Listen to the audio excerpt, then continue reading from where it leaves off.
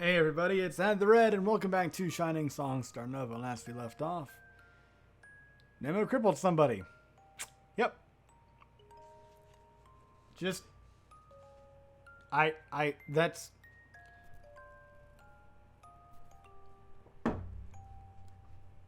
Oh my god.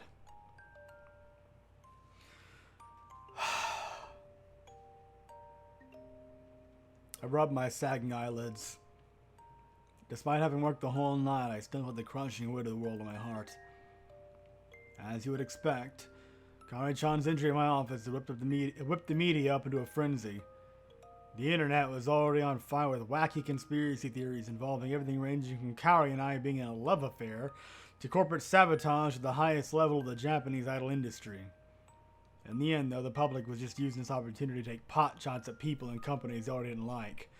None of their complaints had any basis in reality or facts. That also made it impossible for me to address them in any meaningful manner. I sighed and hung my head. What was I doing? The situation was already beyond salvage. Thanks to the losses caused by the imminent cancellation of our anniversary live, the drop in sales thanks to our scandals, and finally, adding in the enormous medical costs and disability pension resulting from Kari's injury, our financial situation was now exactly the same as when I first signed on as Starnova's producer. No, it was worse. It was only a matter of time until our former partners began to sue us for damages. Starnova was going to be picked apart by the vultures. Not even our bones were going to be left at the time they were through with us. Shit. Suddenly, all the times I heard on the news of executives who ended up jumping off high buildings due to errors in business judgment replayed in my head. No, I couldn't let myself be defeated so easily. I still had my dream. My dream becoming the greatest idol producer of all time. Yeah. If I couldn't stand on that stage myself, then I would create it for others. That had been my dream ever since... the door creaked open. Producer-san. Mika? I picked myself off the desk. Something the matter? No. She uncomfortably skirted toward me in a shuffle. I just wanted to see... What? How Producer-san was doing. Oh. A lot of bad things sure have happened lately, haven't they? Sure have. You know, whenever a lot of bad things happen to Mika, I curl up in a nice warm blanket and watch a lot of good anime all day. Look, Producer-san, I brought a few of them over. Black Opera Volume 1 through 5. Truly the animation of the decade. If things get too tough, please feel free to give them a watch. They have got me past quite a number of obstacles, you see. Here, please take them, Producer-san. Mika offered her Blu-rays to me as if they were a sacred treasure. I see. Thank you, Mika. Okay, you're too pure. You're too God damn it.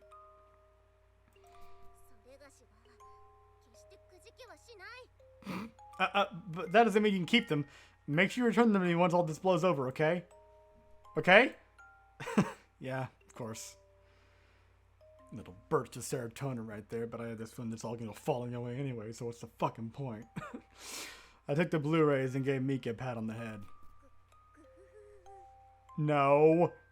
After the last one. It was just her way of trying to reassure me. Right.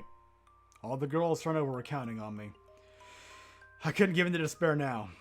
I was everyone's producer after all. So producer, do you think we'll be alright?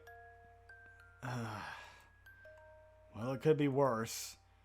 It's not like jewelry was caught taking the walk of shame out of the apartment of a male J-rock band's lead guitarist with her panties in her purse, right?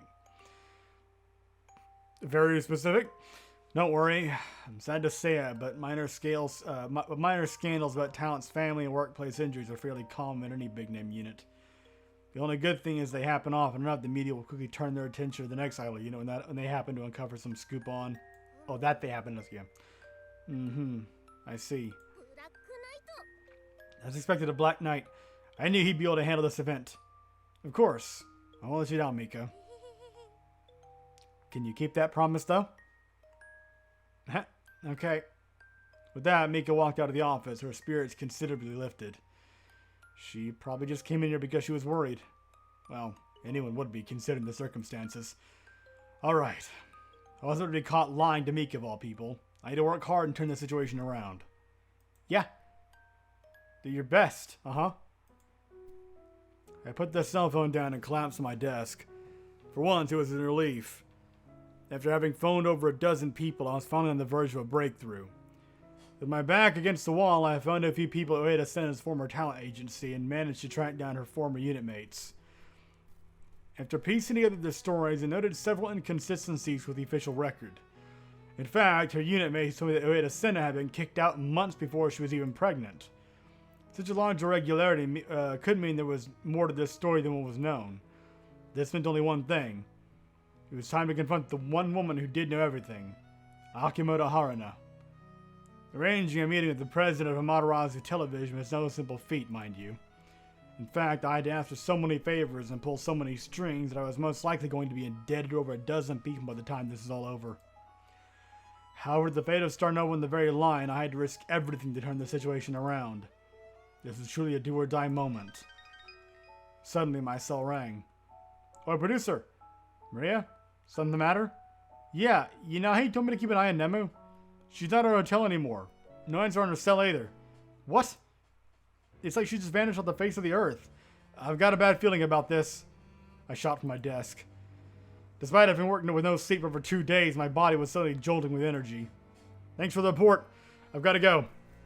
Yeah, suddenly fight or flight kicks in. "You got a lead? Good luck, producer." With that, I hung up and bolted out of the office. Oh, sweet God. At last, it's time to settle things once and for all, Haruna-san. Nemu wandered towards the Amaterasu building and Cleaver tucked away in her purse. "You lied to me all this time. You intended to raise me like a daughter, and you were the one who killed my mother. At last, your sins will be washed away in blood. It doesn't matter if I go to jail anymore. But, I wonder if I should pay Producer a visit afterwards. In fact, why don't we just commit lovers' suicide together?" Jesus! After all, everything will all be over anyways. Nemu entered the building and got into the elevator to the CEO's office. Since everyone just assumed she was the CEO's daughter, not a soul questioned her or tried to search her bag. Yes, it was too easy. So laughably easy that she could have done as a child. All this time, she had everything she needed to avenge her mother's death, all but the will. The moment she chose to discard human morality, the outcome was already assured. The elevator dinged as it arrived at the CEO's floor. Nemu drew the cleaver from her purse and entered the office. Okay, yeah, add Zing to the mix. Good, great, thank you. That's just what we need.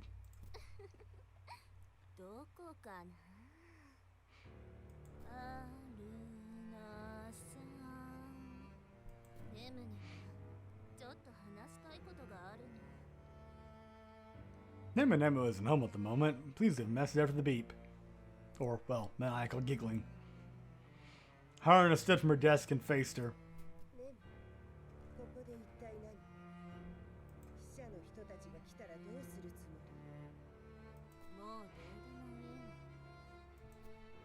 She raised her cleaver.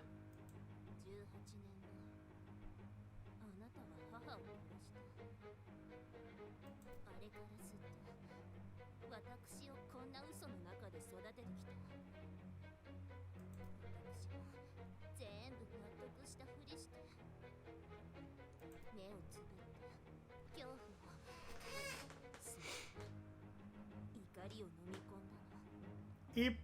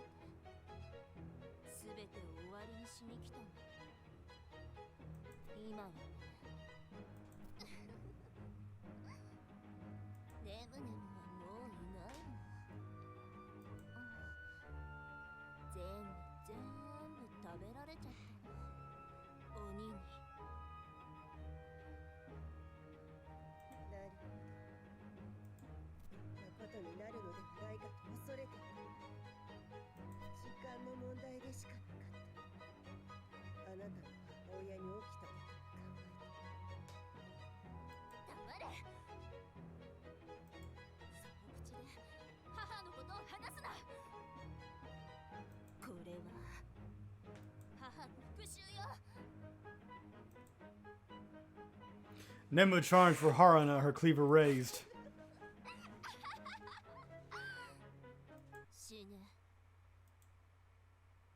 Exactly at that moment, I revealed myself from behind Haruna's bureau. I stepped in front of Haruna. No, Nemu, stop!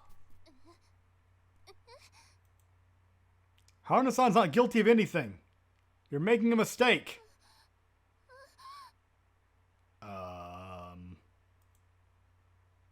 What are you saying, Producer-san? It's already too late. And by that I mean, there's already too much momentum behind my swing. There's no way a girl like me could stop a blade this heavy now. Nemu!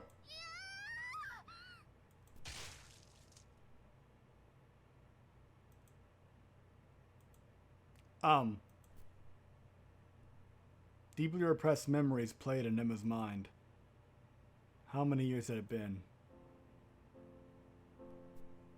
She opened her eyes on the grimy wooden floor. Trash was strewn about in their tiny decaying apartment. She could faintly hear the tinny sound of idle songs playing on the half-broken analog TV. When she saw her own shriveled-up fingers, she saw that she was no longer the healthy young woman she remembered. She looked down at her chest and realized in horror that all the beautiful round curves of her womanhood were missing. Instead, all she could see was her tiny ribcage jutting out from under her pale skin like a row of daggers. Her stomach had been empty for so long that she had forgotten the sensation of hunger. She merely blinked weakly, her sunken eyes gazing blankly at her mother under a matted mop of unwashed hair. Yes, in front of her, dancing cheerfully in front of the static-filled video of a group of idols dancing on a stage, was her mother, Ueda Senna. She danced along with the girl's routine in the video, completely oblivious of the filth surrounding her. She chanted along as the performers on TV roused up the crowd.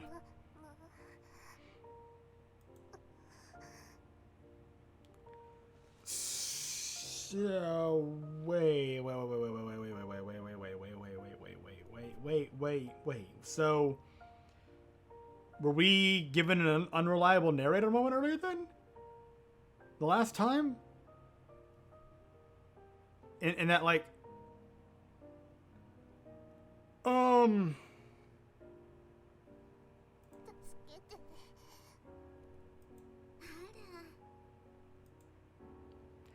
Senna turned around and blinked, somehow unable to register the fact her own daughter was lying face down on the ground wearing nothing but rags.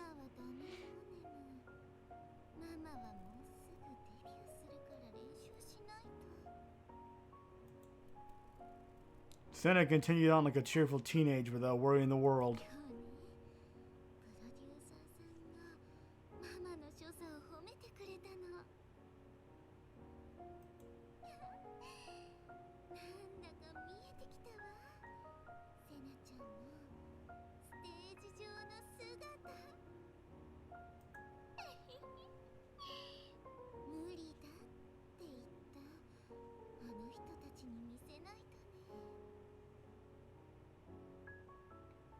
I can save your daughter and head of your smile.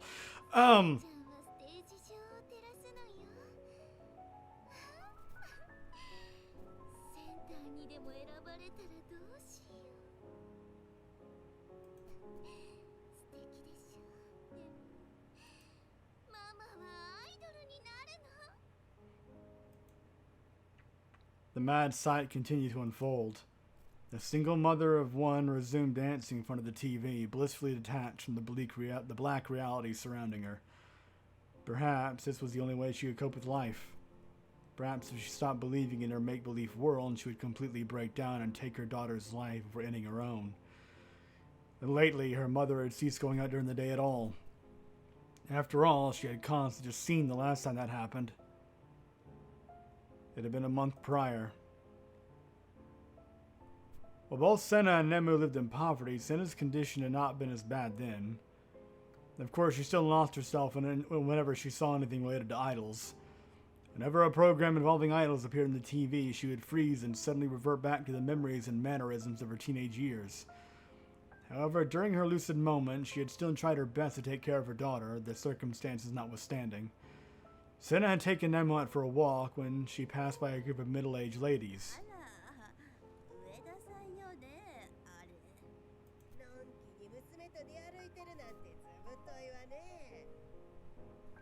Wow. Classy.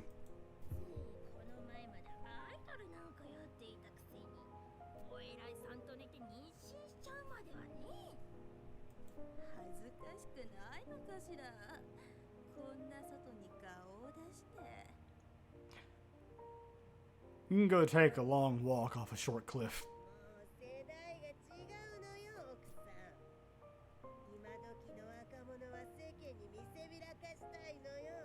Oh, you especially.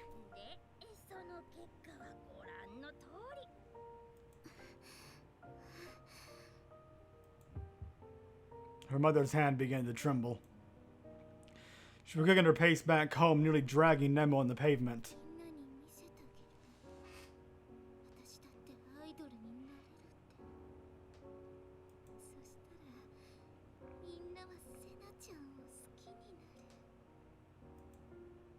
The voices of the girls in her unit began to echo in her head.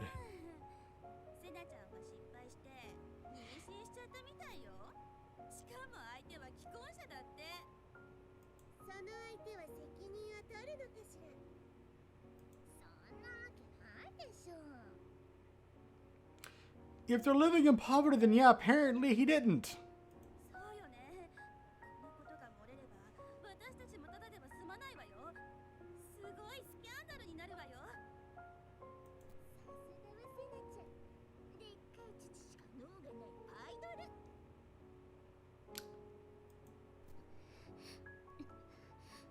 Oh no.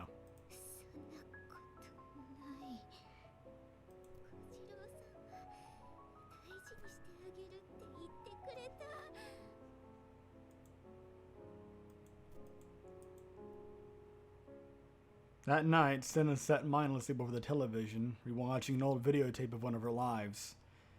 Whenever it would reach the end, she rerun the tape and watched it over from the beginning. Not a trace of expression was on her face.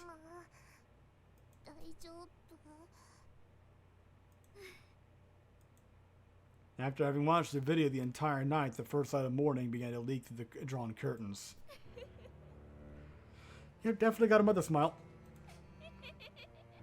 Assuming this is to be believed as opposed to the last one. I mean,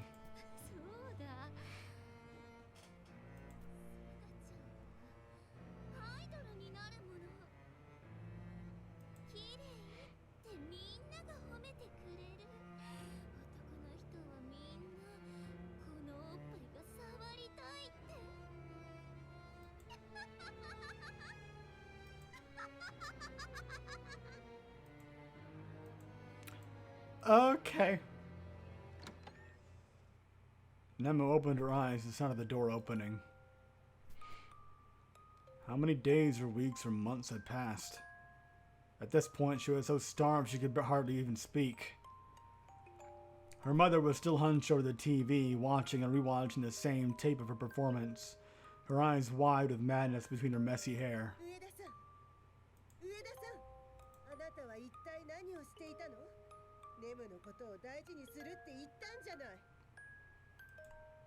Senna slowly turned her head around.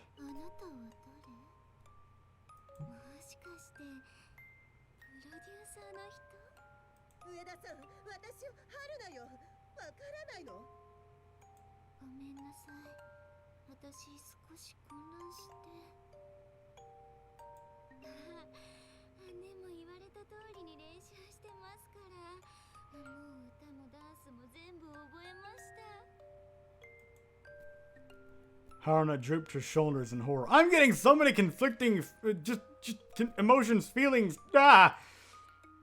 She now knew why Senna had stopped spending the enormous amount of money the Akimotos had been sending to her bank account. Wait. Wait. So they were, and she did.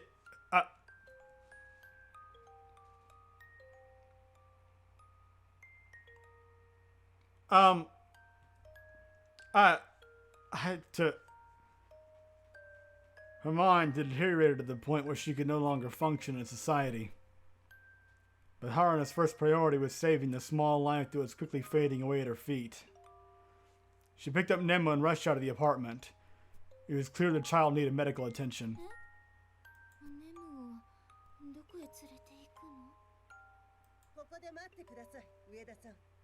私はネムを病院に連れて行きますから。どこへ連れて行く気? Uh-oh. Nemu slipped in and out of consciousness in Haruna's arms as she rushed back to her car.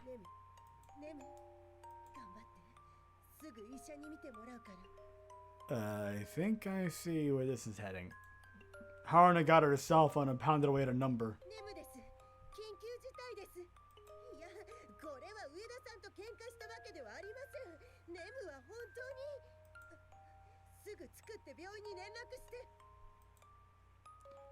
Unbeknownst to Haruna, Senna was accelerating toward her in a car.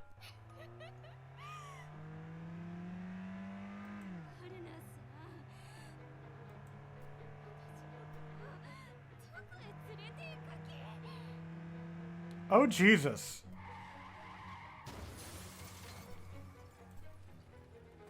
Nemu stared up in a daze, lying on her back on the pavement. She looked to her side and saw the twisted remains of a white car. But soon a terrifying sight came over her. Ha! Her mother's blood-soaked face loomed over her.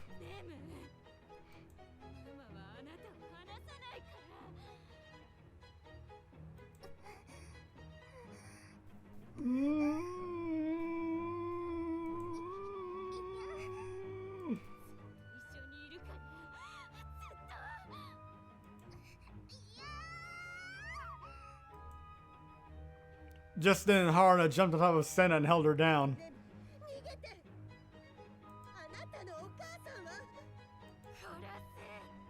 Uh-oh. Senna shook her off. Despite blood dripping down her face, she acted oblivious to the pain.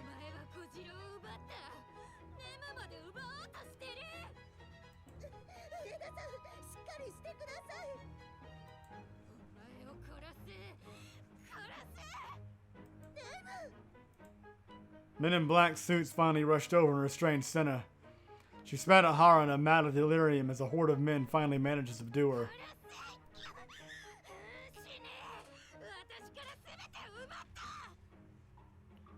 Okay. Ellipses. Fade to white.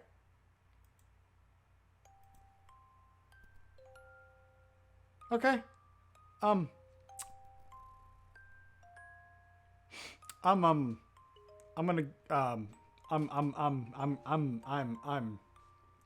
left the building. I hope you enjoyed and I'll see you in the next episode. Huh.